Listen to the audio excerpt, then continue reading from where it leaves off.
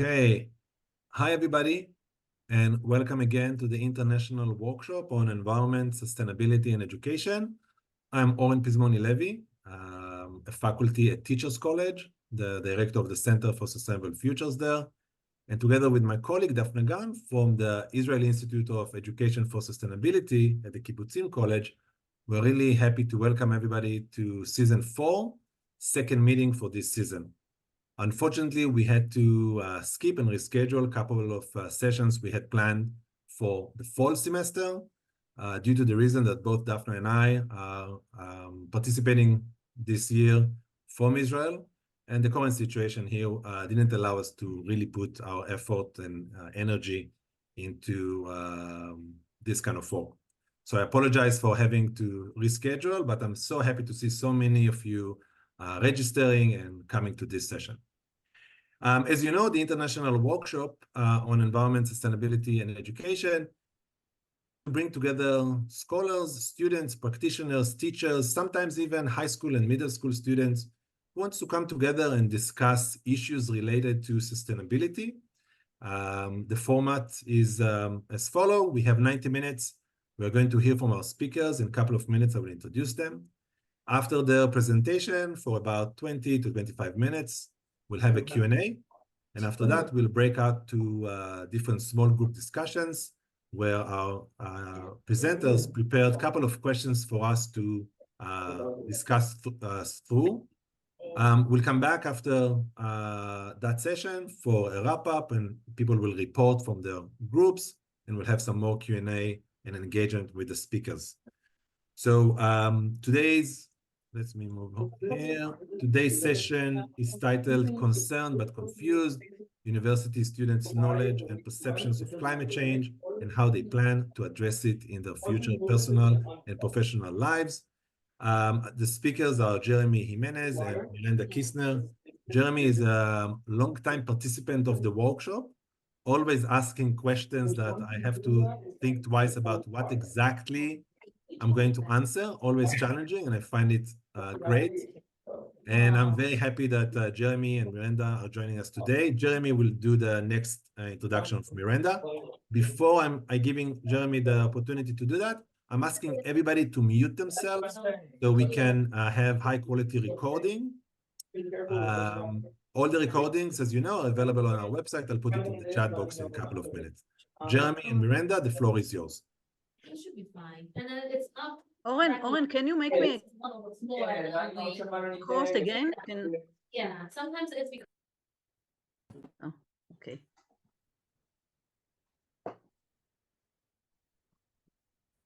Okay, hello everyone. Thanks for coming out today. I'm saying welcome from lovely upstate New York, where we're finally getting some snowfall. I've been missing in New York City region for about 700 days now. So it's my honor to introduce Miranda. Miranda was a former student of mine at SUNY Cortland. Sometimes you have a student where the story you tell of them is this whole arc of growth and change over time. Other times you're floored by their maturity and intellectual rigor the first day you met them. And in this case, Miranda falls into the latter category. So Miranda graduated, the work she's presenting today that we co-researched together, but she is the primary data collector, was her honors thesis in SUNY Cortland. She is an adolescent and Spanish double major. She's currently in Madrid for a year-long Fulbright as she considers the future of her teaching career. And so without further ado, I would like to introduce you to Miranda. Miranda, the floor is yours. Thank you, Dr. J. Let me go ahead and share my screen here with the presentation.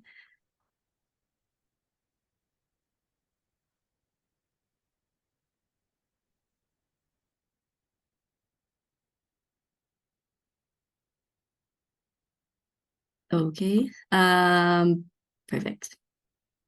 Is this good? Can everybody see? All good. Perfect, okay. So my name is Miranda, as Dr. J said, and this research that we're presenting today was my undergraduate honors thesis for the honors program at SUNY Cortland. The title of our paper that we wrote was Concerned but Confused, University Students' Knowledge and Perceptions of Climate Change. So as we tried to convey in the title, university students, our general finding was that they are very concerned about the impacts that climate change could have in the future on their personal lives, and especially lives of future generations. But they hold a lot of misconceptions and knowledge gaps about the causes of climate change, its impacts, and as well as things that they can do to minimize their carbon footprint and prepare themselves for the future. And while we did collect data from university students of all majors, before we start, I wanted to point out that the majority of our respondents were pre-service teachers. So the majority of our analysis here and our results are going to focus on pre-service teachers. And there's a couple of reasons for that, right? So why did we choose to investigate pre-service teachers and climate change? Well, first, it's important to acknowledge that climate change has already caused widespread adverse impacts to the environment, to animals in the environment, and to people. And because of positive feedback loops and lag effects like the carbon lag effect, even near-term action can't eliminate all the consequences of climate change, right? We're already starting to see impacts, and these will likely continue in the future, even if we do what we can now to prevent them. So the reason that I chose to do this for my honors thesis was a little personal. As I was a pre-service teacher in college, I was kind of coming to terms with the climate crisis and all of the horrors that my generation will see and the coming generations will see. And as I was coming to terms with that, I turned to my future as an educator, as a source of hope. And I started to think about how I could use my power as a teacher to prepare both myself and my future students for the uncertainty of the future climate. So pre-service teachers have a unique position in the educational context, right? Because they're current students at university and they're also future teachers. So once they graduate, they are going to be tasked with educating a generation whose future depends on the adaptation and mitigation actions taken by previous generations, including by the generation of their teachers. So not only do they have this potential to educate their students, but we know that education can be a powerful tool for teaching people mitigation and adaptation strategies. These strategies can be really important for making people less vulnerable to climate-related risks that they'll face in the future. Despite this potential that pre-service teachers hold to educate future students, recent studies of pre-service teachers and climate change, specifically in the US, are lacking. There's been studies of in-service teachers and pre-service teachers in different countries abroad, but specifically pre-service teachers in the US in the past few years are lacking, almost non-existent. And this is a problem because knowing what pre-service teachers know about climate change could be a starting point for university-level climate change education. So knowing what pre-service teachers know and don't know could help universities design and implement effective climate change education for pre-service teachers, which could have a multiplier effect for future generations as these teachers graduate and go out into their classrooms to teach future students. So a little bit about our participants. We decided to do a survey to look into what pre-service teachers and university students in general think about climate change. So we had 135 undergraduate students participate in our survey at SUNY Cortland. 73% of them were pre-service teachers and 27% were non-education majors. We collected data from both groups for comparative purposes and also just to increase the size of our sample as a whole. For some context about SUNY Cortland is a state university in upstate New York with the largest teacher education program in the state. And at SUNY Cortland, there is no requirement for students to take any course that specifically addresses climate change, but they may have been exposed to this topic in one of their other courses for general education through their major or previously in high school, or just what they know outside of formal education about climate change. The survey that we did was anonymous and it included questions with the Likert scale, multiple choice, and open-ended. It was taken in class and students had an option to finish it outside of class. if they didn't finish. And the professors who gave the survey were contacted ahead of time and agreed to give the survey as part of their class. Many of the questions on the survey were based on a 2020 survey of K-12 students that was given to students in Singapore by Dr. Jimenez. But before we sent the survey out to the masses, we piloted it in individual interviews with 6 university students, 3 of which were pre-service teachers and 3 of which were not.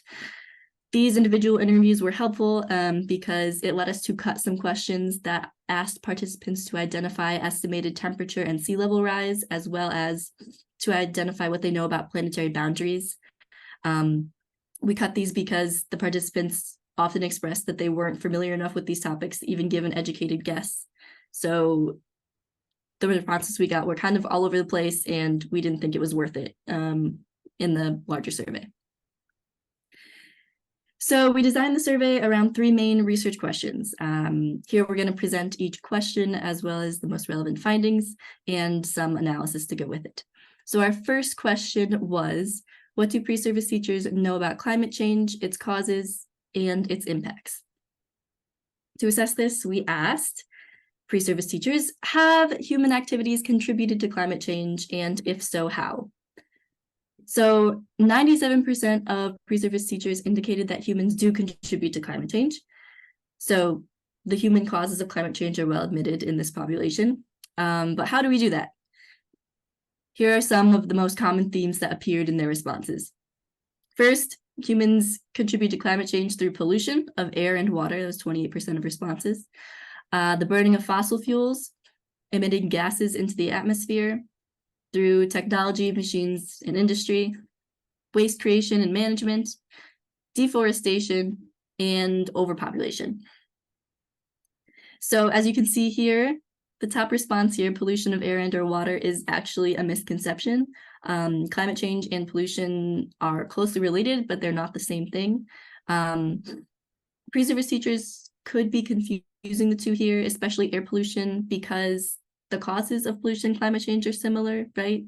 Burning fossil fuels contributes to air pollution and climate change. But they affect the planet differently, and not being able to distinguish between the 2 reflects a knowledge gap. Besides the causes of climate change, we also asked pre-service teachers about the impacts. So we asked, what significant impacts, if any, does climate change have? And here we have a list of the most common impacts in order from most common to least common. Here we also see pollution appear again, but this time not as a cause, but as an impact. So this further evidences a confusion between pollution and climate change, and that we should address. So just to talk about the most common response themes here, the top one mentioned as an impact was weather event changes. That was 37% of responses. So these included responses like more frequent and severe storms, natural disasters, and abnormal weather events. The second most common theme was wildlife impacts, 34%. So things like habitat destruction, killing of animals, and dying coral reefs. Another trend that we noticed in this question, not only in this question, but across the entire survey, was a trend for pre-service teachers to describe climate change with distancing language instead of words that suggest human emotion or impact. So for example, it was a lot more likely that participants would say sea level rise versus displacement of people in coastal cities. There could be a couple reasons for this. This could have been implicitly learned by pre-service teachers to talk about climate change this way because that's what they were exposed to, or it could reflect their own personal desire to distance themselves from the reality of the human impacts of climate change. So besides asking about the general causes and impacts of climate change, we asked pre-service teachers, what climate change related changes have you noticed in the world, if any, compared to when you were younger? Here are the most common ones here. We have at the top weather, human response to climate change, seasons, temperature, recycling plastic use, energy, non-human entities, natural disasters, and pollution. So the top theme in response is what changes in weather, namely snow. And this could probably be due to the fact that we were in upstate New York, and a lot of these students were likely from upstate New York. A lot of them mentioned that it used to snow all the time at home, and now it never really does. The second most common response theme that they've noticed was actually not related to climate itself, but changes in human response to climate change. So some examples from this category were that they saw more climate change awareness and or advocating, including international agreements, laws, protests, and news coverage. And the third most common change that they had noticed was seasons. So things like shorter winter, longer summer, and less snow in the winter. Okay, so besides what pre-service teachers know about climate change, we also wanted to know how severe of a threat do pre-service teachers perceive climate change and its impacts. Also, what actions do they prioritize to address how it could impact their lives?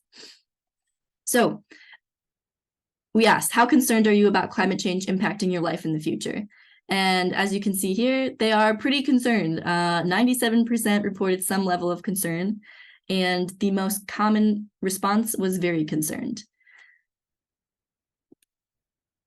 Then, to get a little more specific, we asked, in what ways are you concerned that climate change will impact you in the future? Here's a table of the most common themes. So we had at the top, future generations, direct impacts during their lives, resource scarcity, harm to wildlife, weather-related changes, natural disasters, areas becoming uninhabitable, and temperature-related changes. So by far, the most common concern that they expressed was a concern for future generations. That was 33% of the responses. So here's a quote that kind of exemplifies that sentiment. One pre-service teacher said, "While I do not know if climate change, if it will change anything in the immediate future for myself, I fear for the safety of my future students and any children I may have one day. You see all these predictions as to what will cause the end of the world, and while there is no way to be certain, I'm concerned the quality of life that future generations will experience will decrease rapidly." So this response reflects a valid fear, right? It's true that climate change will more significantly impact future generations. However, the perception that climate change is only going to be a problem in the future is a misconception, because it's already had a lot of impacts to the environment and animals and people, as we said before. That being said, while it was more likely for pre-service teachers to be concerned about future generations, there were 21% of responses that expressed a concern for direct impacts during their lives. Some examples of these impacts were that their lifespans would shrink, the breakdown of society, and of lifestyle changes they might have to endure. Some pre-service teachers also expressed clear eco-anxiety about the potential for impacts during their lifetimes. For example, one pre-service teacher said, "I get anxious thinking about how the earth will be when I'm in my later years of life." So pre-service teachers are obviously concerned about climate change. We also wanted to know what preparations, if any, do they prioritize to address how climate change can impact their lives. So here are the most common response themes we had. We actually had a tie for first place: recycling and changing transportation habits. Both 35% of the responses included those. Then we had changing consumption and waste habits, reducing the amount of meat in your diet, educating themselves and others, reusing items, and practicing self-sufficiency. So one of the responses that tied for first place was changing in transportation habits. That was 35%. These included responses that said things like carpooling, using public transport, buying an electric or hybrid vehicle, driving less, and walking more. And the other first place response was recycling, and that was also mentioned by 35%. This is interesting because recycling is actually one of the least impactful actions that one can take to reduce their carbon footprint, if it even has an impact at all. So the question arises of, why is this action being prioritized so prominently amongst pre-service teachers to respond to climate change? Some possibilities. It could be that recycling is accessible and low cost. It's very easy to just take your water bottle and put it in a recycling bin and feel that you did something for the planet. It could also be that pre-service teachers were inundated with messages of reduce, reuse, recycle when they were little in their youths. Or it could be that pre-service teachers are confusing any positive environmental action and climate change, right? So they think, oh, recycling is good for the planet. Climate change is bad for the planet. So by recycling, I'm helping climate change. Here, it's also important to look at the rare response themes, the things that were missing from pre-service teachers' responses. So only 8% reported practicing some form of self-sufficiency to respond to climate change, such as growing your own food and composting. These actions could be important to adapting to future food shortages that climate change will cause. So it's a little concerning that only a few of them reported doing these things. And there was a clear favoring of mitigation actions over adaptation actions. 73% named at least one mitigation action they take against climate change, and 10% named at least one adaptation action. So the reason for this could be that some pre-service teachers think of climate change as a problem that can still be avoided, right? If we drive less, if we switch to electric cars, if we recycle, we'll avoid climate change entirely. That's not true. But it could also be that pre-service teachers simply aren't aware of adaptation options available to them, which wouldn't be a surprise because they probably didn't receive these options in their own climate change education if they had one. And the IPCC in general says that most current adaptation actions are fragmented and small in scale, so they might not see this in their lives in general. Either way, adaptation is going to be an essential way to protect oneself from climate-related changes in the future, and it was largely left out of their responses. So our last question that we wanted to investigate was, what roles, if any, do pre-service teachers consider themselves to fulfill as educators in a role that will be impacted by human-induced climate change? So this is where we start to ask them about the connections between climate change and education. We asked, how important do you think it is for pre-service teachers, regardless of subject and grade level, to be educated in climate change? As you can see here, nearly all of the respondents consider it important, and the most common response here was very important. Then, to make it a little more personal, we asked, how important do you think it is for teachers, regardless of subject/grade level, to address climate change in their classrooms? Again, nearly all respondents consider it important, and the most common response here was very important. To make it even more personal for pre-service teachers, we asked, do you plan to address climate change in your future classroom? If so, how? If not, why not? So to address the first part, do you plan to address climate change in your classroom? 77% said that they will address it, or they plan to address it. 18% said they were unsure, and 5% flat out said they would not address it.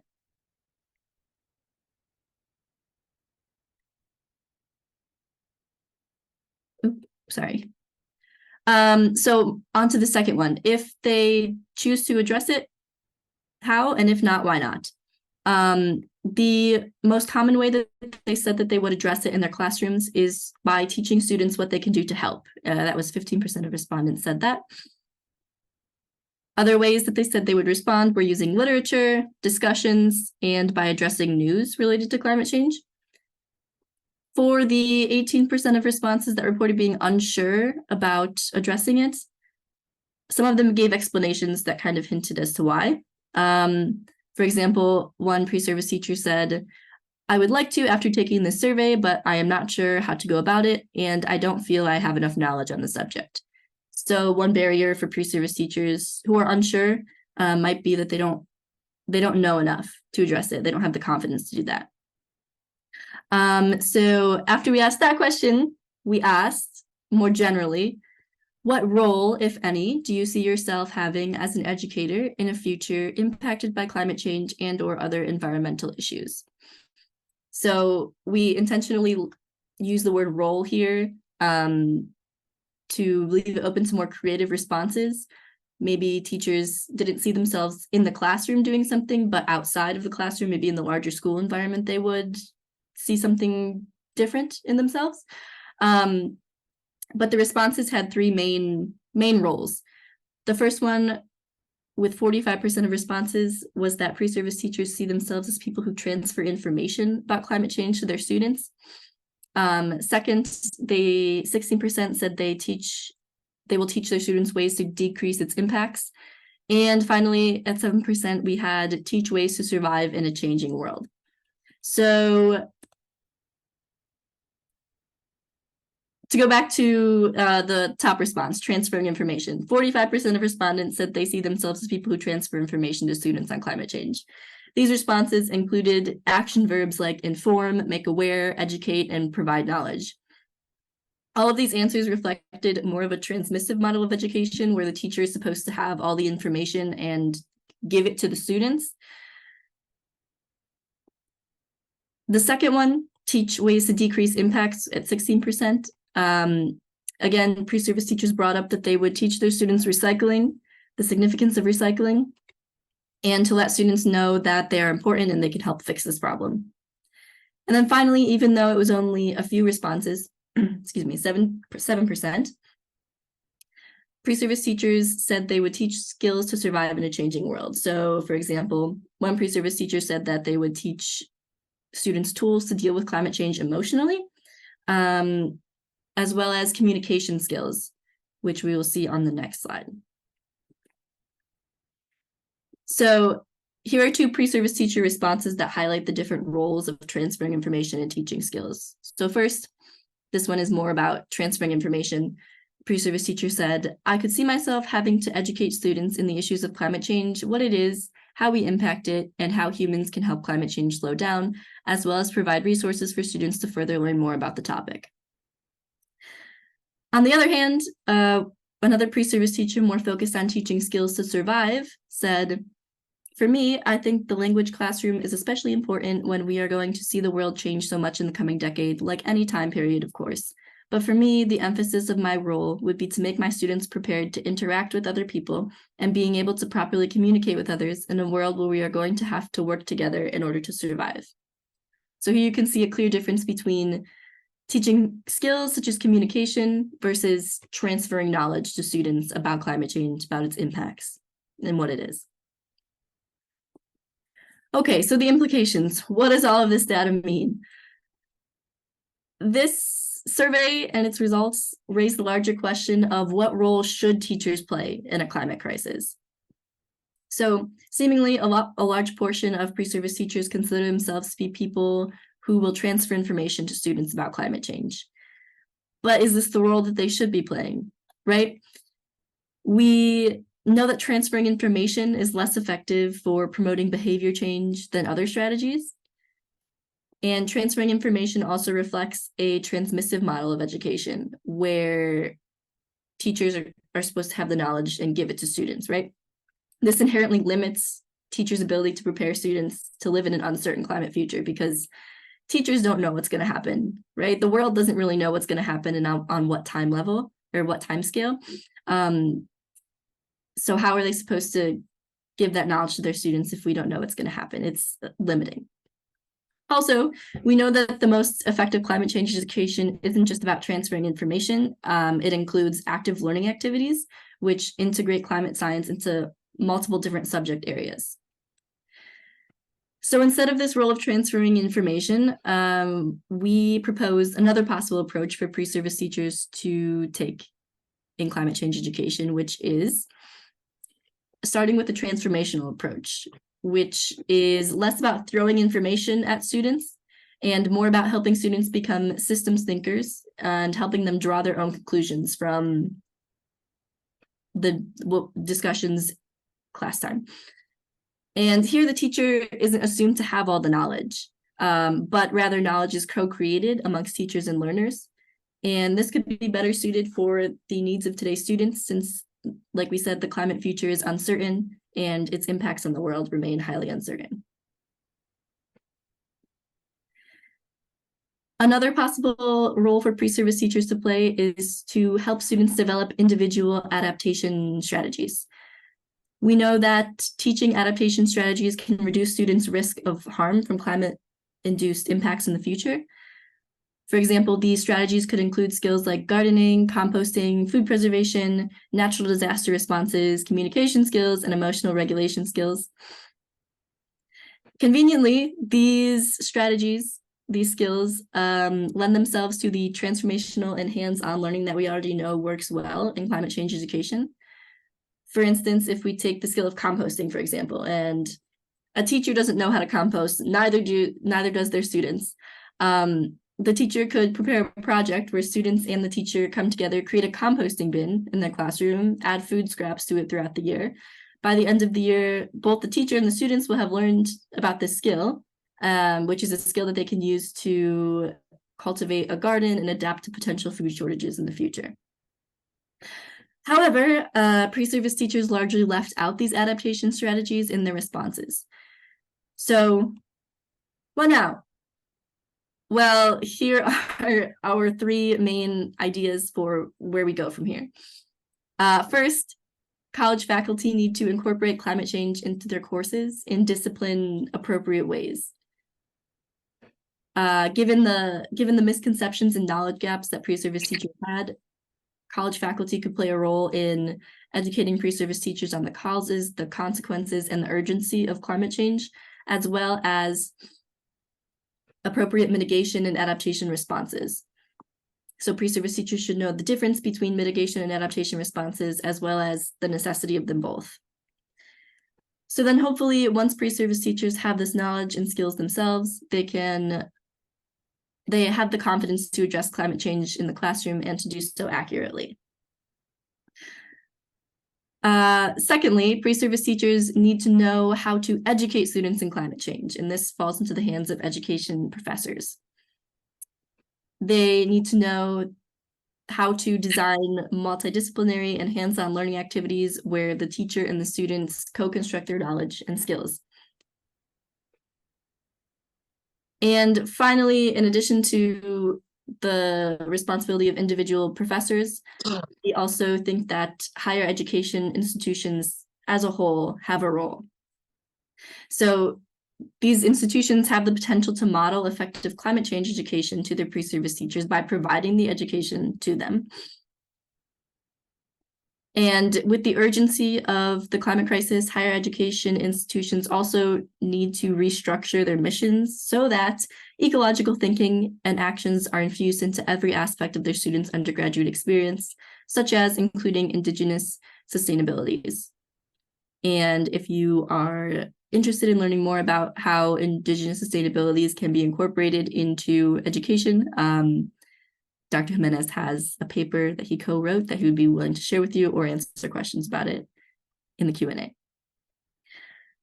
So we know this is an enormous undertaking, but it's a necessary one if higher education institutions want to prepare their students and their pre-service teachers to adapt to our increasingly unstable and uncertain climate future. Thank you. Bravo. Thank you so much, Miranda and Jeremy. We'll move to a quick round of Q&A, and then we'll move to small group discussions. And thank you for sharing the questions. Any questions from the audience?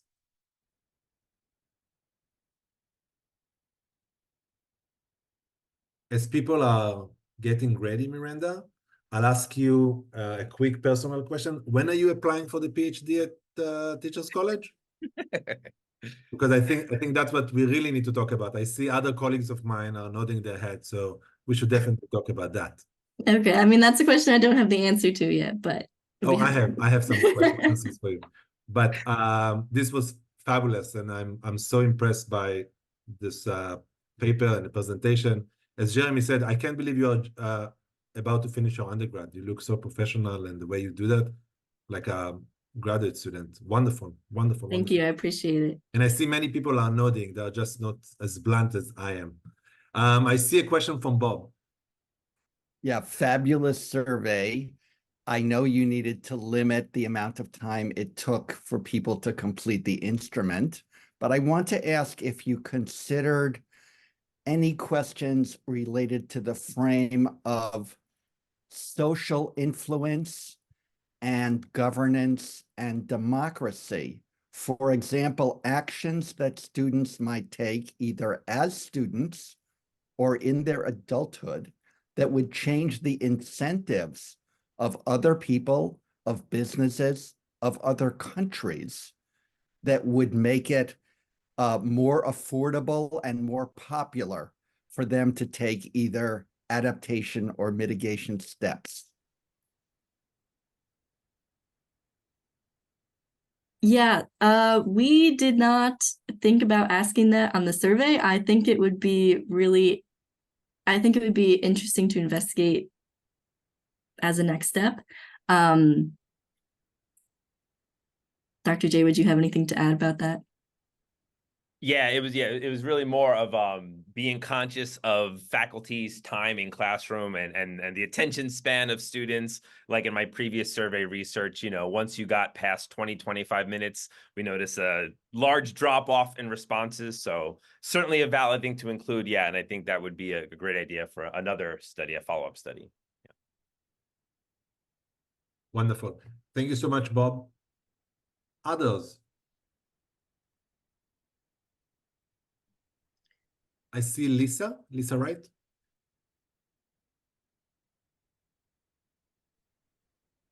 Miranda, brava. Just such an important study, and such so important to communicate this. And Jeremy, you must be very proud of your protege here. And I echo Oren. I echo Oren that the PhD application just fill it out and come on down.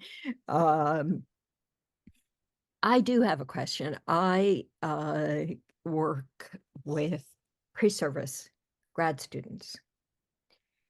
And one of the ways in which the center I direct works with them is we have a program in the summer.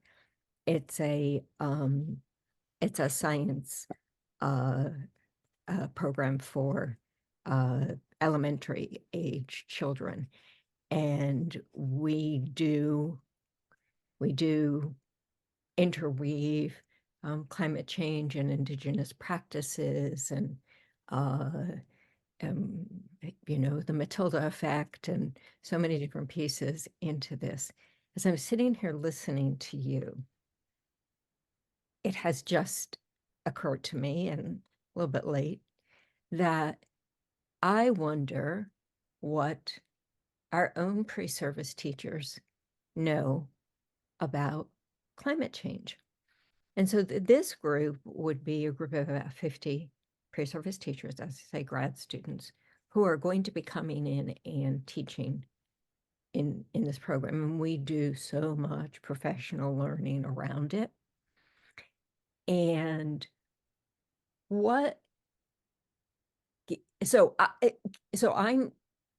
thinking that this is a piece we need to add, but I think maybe by looking at some of your survey questions, or questions sort of like an inventory, if you will, like to try to figure out what do they know, and then go from there. I'm just wondering, and I can see using modification of this with children as well, say with third, fourth. So I guess my question is, how young has this survey, or an adaptation of this survey, been done? With how young of the children? I can step in for that. This Miranda. is for pre-service. Yeah. Yeah. So for this survey, they were the first year to seniors. So roughly, right. At least, so everyone was an adult for this survey. A version of this survey I've done in Singapore with students as early as 4th grade. Mm-hmm. And I could certainly share that paper and some of the results, but in a school that's very committed to teaching about climate change, ecological sustainability, is like fourth grade is not too young of an age to see students have adequate knowledge. And so, yeah, if they were administered to your average US classroom, I do not think you'd get much meaningful results asking fourth graders about this. But in a school that was very committed to it, fourth grade was certainly had the capacity to understand it, even answer in system thinking's ways. So yeah, so I think there you can, but a lot of that, to get the useful information, what's there, usually you want to have those effective programs in place where the students are. Yes. Okay. Thank you so much. This was, I've learned so much, and I feel very activated and inspired. So thank you. Thanks, Lisa. Thank you. Thank you so much, Lisa. I see we have a couple of questions, so let's take Daphna. I saw your hand a minute ago.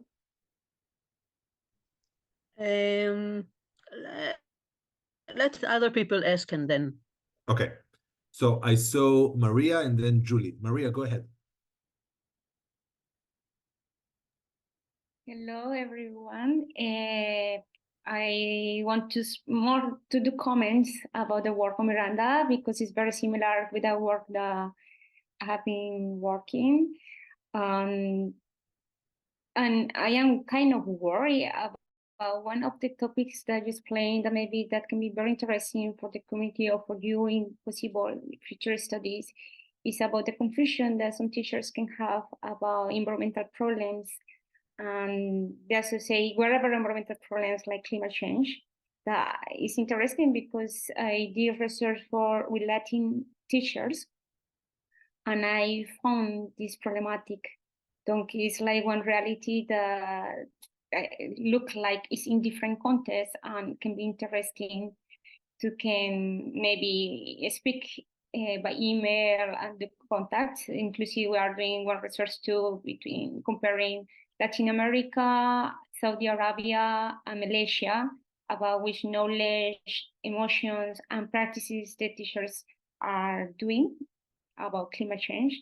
So it can be interesting to exchange information. And the other thing is that I was inclusive reading, and maybe, I don't know if you are considering about teachers training, have the Office for Climate Change from UNESCO, and they have many materials that can be helpful, and they are doing research and they are having projects in different countries. So it can be interesting for you too.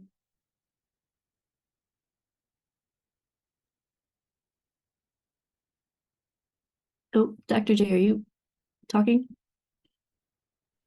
That is all. Oh, sorry, I was muted. Yeah, thank you, Maria. Yeah, I would love to hear more about that work. I'll drop my email in the chat, Miranda. Maybe you can drop the same as well, and then you can send us, and yeah, we can certainly collaborate and discuss. Wonderful. Thank you so much. Julie, I see your hand. Yes, good morning from a slightly unusual snowy day in New York City after 702 days, less than 1 inch. I want to thank you for the fabulous presentation. It was thought-provoking.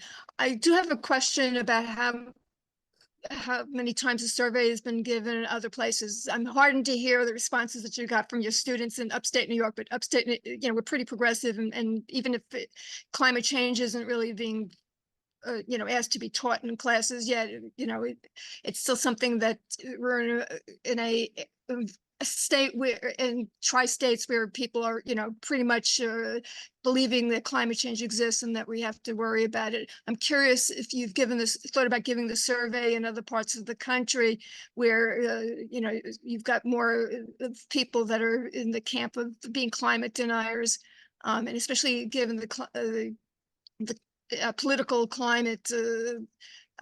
This, I think, is an important issue, to be thinking about. I'm starting to worry that we may be needing to get back out on the streets again and do more protests and increase the visibility of this as an issue. It's been quiet during the COVID. Yeah, I think that's a good point. And I think it would definitely be super interesting to have other universities from other parts of the country with different student populations to give the survey. In that way, each university could kind of evaluate what their pre-service teachers know about climate change, and maybe their approach would be different based on, you know, an approach based at SUNY Cortland might be different from an approach at a university in California and Florida. So I think it would be interesting, and universities should definitely evaluate what their pre-service teachers know. But I'm not really sure if I have the power to give it to them. Yeah, I would just say, just for some context, this was her honors thesis work. So basically, from the conceptualization of the study to getting the IRB approval and administering the surveys and analyzing results, she had less than 2 semesters to do all that. So that's part of the reason why we only focused on. But given the advocacy for Miranda to consider a PhD career, certainly this could be a possible jumping off project for work in other schools. And yeah, I also see a comment in the chat was, do New York teachers required to have any knowledge training? To my knowledge, no, there is not. New Jersey does, actually. I think last year, New Jersey mandated climate change education as being a part of the all public schools requirement. But to my knowledge, yeah, there's no such specific requirement yet in New York State. Thank you, Jeremy, and thank you, Miranda. Julie, let me just jump in for a second. We actually have a couple of studies that we've done at the Center for Sustainable Futures at TC, looking at what New York City public school teachers have to say about their knowledge, confidence, concern around climate. I'm more than happy to share with you a couple of slides from our recent report. And Daphne and I replicated some of it in the Israeli context. The results are very similar. And I would say that the main barrier in both countries are teachers don't feel that their subject has to do something with climate. So if they are science teachers, they're on board.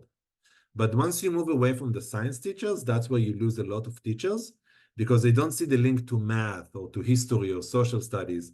I don't think I need to make the case in this group for why these subjects are relevant and how they can be connected to climate. But I think reframing the conversation that climate change is beyond the science will be one of the first things that I would do if I had the power. I understand that we've done teach-ins on our campus, and I've actually written an article that was in a campus publication on trying to get people to appreciate sustainability and climate change issues in other disciplines. And it's not so easy to get people to, you know, devote time even in the classes, so that they don't necessarily, they may see the relevance themselves, but to try to translate it into the classroom, it can be challenging. Yeah, and I can tell you that we are working now on taking the studies that we did in New York and in Israel, and together with the OECD, we are running this kind of study in 54 countries. So I hope that in 2025, we'll have results from 54 countries on how the social context changed the way teachers engage with this topic. I think that's the next kind of questions we should ask. So I'm suggesting we stop here. We go to small group. Owen, I just want to add a small thing. Please. I think that maybe even more radical than you said, and we always start from the knowledge, scientific knowledge, and I'm not sure we need to. So, and we start from the misconception about but the misconception is about the science facts, and maybe we should change our thinking about what knowledge you need, what type to educate about climate change, and maybe we should work on the self-efficacy to teach about the subject and not only about the science facts about it. So I think it's also in our way of thinking about research. So if we start and say, oh, the misconception about scientific facts, so we put the scientific facts in the first place, but maybe we should change even this way of research the topic. Great. That's a great point. I suggest we take this way of thinking about the project to the small group discussions. I'll start them now. Let me first of all pause the. Okay, welcome back. I was able to join a couple of minutes in one of the groups, and the discussion went in very interesting directions, and I learned some new concepts, new ideas, which is always great. That's the purpose of this workshop. So why don't we start with maybe comparing notes about the discussions we had, and then we have Miranda and Jeremy for a couple of more minutes for additional questions. We have around 15 minutes. So Group 1, would you like to share with us some main themes from your discussion?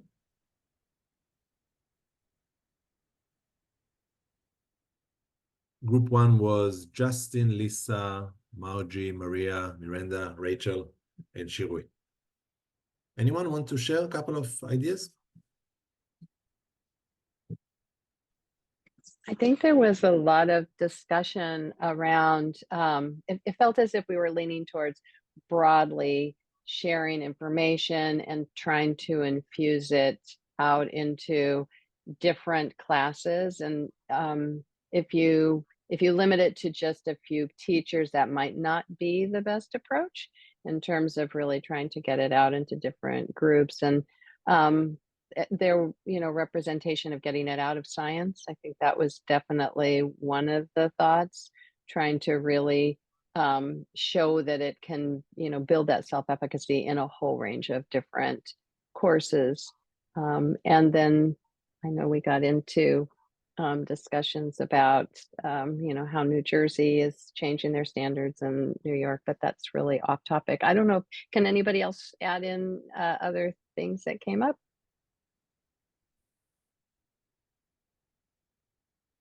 Rachel, would you add? Because I thought you made a really such a good point.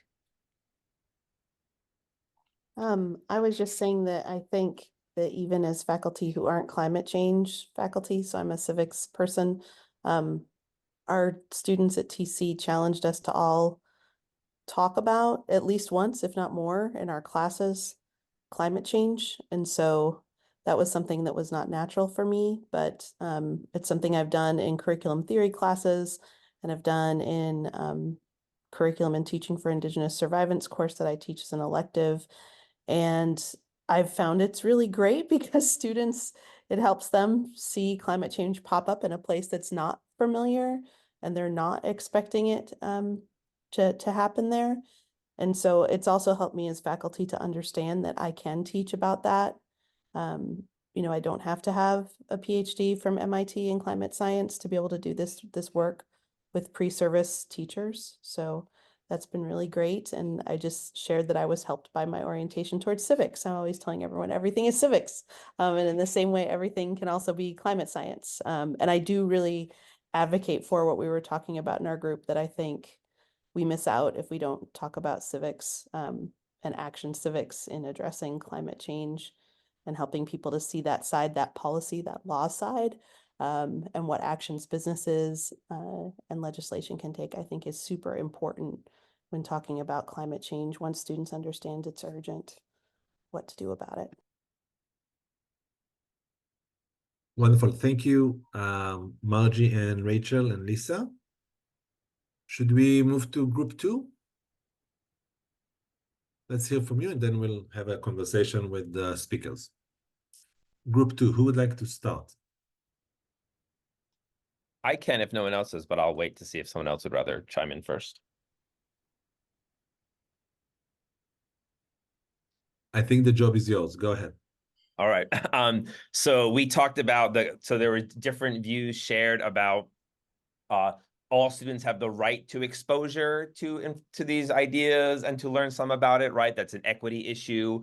If you might have a situation where just the privileged students are the ones being able to have these discussions, but the flip side being that the lack of passionate advocacy might kind of mean it's not very effective. And there's also the risks of information. If you're spreading too much information to teachers that haven't really internalized it well, they might actually be sharing things that are not correct or not that impactful. We talked about the importance of the emotional processing, that's often missing, that it's a lot of like facts and figures and data, but time isn't built into presentations and discussions to kind of walk through how you're emotionally impacted by this and how it's much more likely to cope better the harshness. Every year it's more harsh, the information, if we devote that time to not only emotional regulation, but also time in nature, right? Giving students the time to incentivize them and set up situations where they can be outdoors more, especially in our kind of hyper-focused achievement speed era, you know, with all these students are constantly doing work. And, you know, if we can find ways as professors and institutions to build in the slow time, to build in the reflection time, to build in the outside time. And then lastly, the last we talked about is teacher burnout, that a lot of teachers, secondary, elementaries might be motivated and interested and even knowledgeable, but they have so little time to address it, right? There's so many expectations with standardized tests and constant administration hammering about other things that, like, yeah, even when they're motivated and interested and knowledgeable, it can be hard to find the time to fit it in the mandates of these hyper, you know, expectations with contemporary curriculum. So I think that kind of mostly what we addressed. Wonderful. Thank you so much, everybody. We have 10 minutes to continue. Any questions or themes that people want to pull and have a discussion? The floor is yours.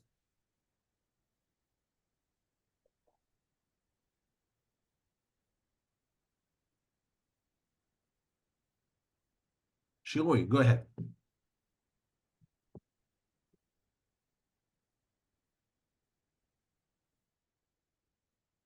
Thank you very much for the workshop, Professor, and thank you so much for the presentation, Miranda. I have one question about the research design. I'm wondering, for the 135 undergraduate students, 27% of them are non-education majors, so they are not pre-service teachers. I'm wondering, for these example students, why did you decide to involve the 27% non-education majors? Thank you. So we obviously wanted to focus on pre-service teachers. So the professors that we contacted were mostly education professors, but the students in their classes, we realized weren't always going to be all pre-service teachers, and we didn't want to have professors give the survey to their class and say, okay, all of you that are education majors, you can take the survey, but all of you who aren't education majors, you don't take the survey. So we didn't want that kind of balance issue. And also we just thought it would be interesting to see if pre-service teachers' responses differed in any way from non-education majors. There were a few instances where they did differ, and we went into more depth in that in the paper. If you want to read it, we did some comparisons on certain questions. We didn't have time to cover it in the presentation. But yeah, and that's basically what we did. Thank you so much. Thank you, Shirui. And Margie is asking for a link to the paper. Maybe Jeremy and Miranda can share.